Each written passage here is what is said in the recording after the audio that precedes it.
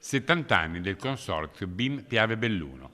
Per la ricorrenza i sindaci sono stati invitati a partecipare a un convegno dal titolo 70 anni, un patto per il futuro, un'alleanza di area vasta per lo sviluppo economico e sociale delle Dolomiti bellunesi. I primi 70 anni che sono stati, diciamo, un valore aggiunto per il nostro territorio, un valore aggiunto perché proprio hanno fatto in modo che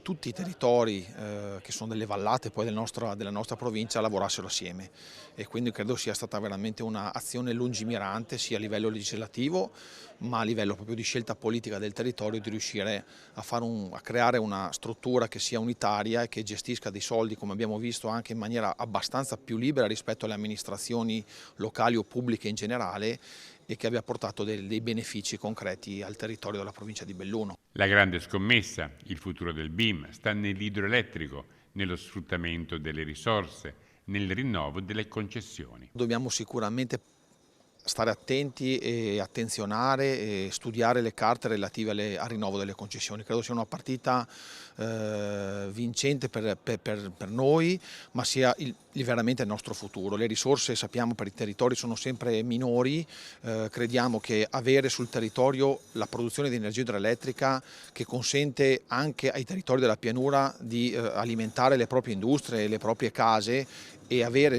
noi delle risorse per questo motivo credo sia fondamentale. Non sarebbe però tutt'oro quel che luccica. Oggi c'è stato un saluto riportato dal ministro Pichetto Frattin dell'Ambiente che dice una cosa molto chiara: il governo sta trattando con la Commissione europea sulla questione delle concessioni. Che cosa vuol dire? Che si sta trattando sulle proroghe. Questa cosa è gravissima.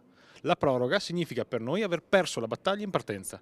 Quindi se facciamo finta di non sentirlo, possiamo fare finta di non sentirlo. La realtà però è che qui, mentre noi parliamo di una cosa, il governo ne sta facendo un'altra.